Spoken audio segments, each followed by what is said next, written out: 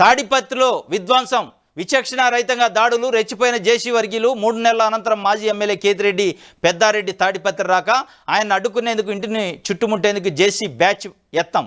అప్పటికే ఆయన వెళ్ళిపోవడంతో ఆ కస్తి వైఎస్ఆర్సీపీ కార్యకర్తలపై రాళ్ల దాడి, తీవ్ర గాయాలతో బాధితుడు అపస్మారక స్థితిలోకి. ఆ తర్వాత మరో నేత కందిగోపుల ఇంటిపై దాడి, అక్కడ వాహనాలు, ఇంట్లోని ఫర్నిచరు ధ్వంసం చేశారు. ఒక్కసారిగా పట్టణంలో ఉద్రిక్తత, ఉలిక్కి పడ్డదట తాడిపత్రిలో విధ్వంసం జరిగింది. పదే ఎల్లో మీడియా గడిచిన 5 సంవత్సరాల్లో, ఇప్పుడు కూడా రాస్తుంది, గడిచిన 5 సంవత్సరాల్లో విధ్వంసం జరిగింది, దాన్ని పునర్నిర్మాణం చేయాలని. ఇగో దీన్ని అంటారు విధ్వంసం. ఇక చూడు, ఎక్కడికక్కడ నిప్పు పెట్టి తగలబెట్టారు, దాడులు చేశారు, మనుషులపైన దాడులు, వెహికల్స్ పైన దాడులు, ఆస్తులపైన దాడులు. ఇగో దీన్ని విధ్వంసం అంటారు. తగలబెట్టడం, దాడి చేయటం, పగలగొట్టడం, దీన్ని విధ్వంసం అంటారు. ఇది ఇవాళ ఎల్లో మీడియాలో ఎక్కడ వార్త ఉండదు. ఒకళ్ళు ఉంటే ఎక్కడో లోపల పేజీలో ఉంటుంది. అది ఏముంటుంది, వైఎస్ఆర్సీపీ కార్యకర్తలు రెచ్చగొట్టారు అంటే తెలుగుదేశం పార్టీకి సంబంధించిన నాయకులు చాలా మడిగట్టుకొని కూర్చున్నారు. కానీ పాపం వీళ్ళు పోయి వాళ్ళని ఆ మడిగట్టుకొని కూర్చున్న నీతి నిజాయితీ పరులైన నాయకులను రెచ్చగొట్టబట్టి గొడవలు అయ్యాయి అని చెప్తారు. ఇది అలా, దీన్ని విధ్వంసం అంటారు. విధ్వంసం అంటే ఇది.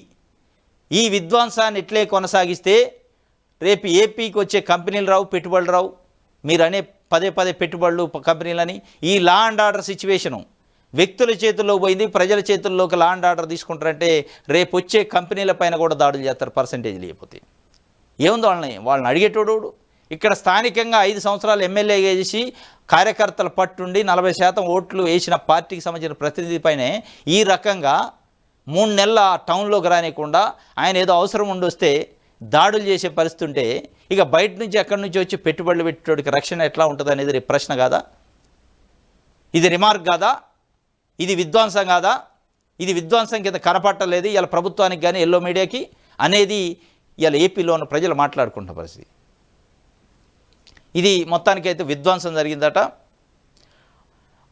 అడగకుండానే హామీలు ఇచ్చారు, అడుక్కునేలా చేస్తున్నారు. అడగకుండానే హామీ ఇచ్చి అడుక్కునేలా చేస్తున్నారంటే ఎవరినంటే గ్రామ వాలంటీర్లని.